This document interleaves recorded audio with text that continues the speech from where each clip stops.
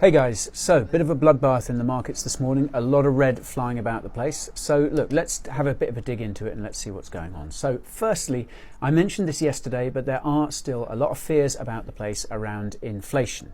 Now, basically, one of the dangers of inflation means a rise in interest rates. And if interest rates rise, then a lot of individuals and institutions who are in debt, which is pretty much all of them, could have some tough times ahead of them. So inflation is one reason. There's also, I think, a bit of FUD around the infrastructure bill, which was signed into law by President Biden yesterday. I think this has largely been factored into the price over the last few weeks. We've known it's coming, but I still think there's a bit of residual FUD kicking around because of that. Next, of course, we had Bitcoin's Taproot upgrade. Now, this took place at the weekend. I don't think it had any effect on the price at the time. But again, this was something that I believe was factored in. And I think we probably saw a few people taking profits in basically selling the news around that time. So there's some sell pressure there.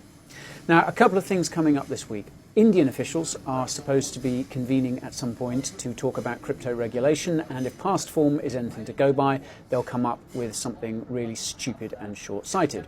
Ditto US politicians who are rumoured also to be meeting to talk about stablecoins sometime this week. I wouldn't hold my breath for too much clear thinking and good sense on that one either. Now, obviously, these have pushed prices down a little bit, and that brings another old friend into play, and that is over-leveraged traders.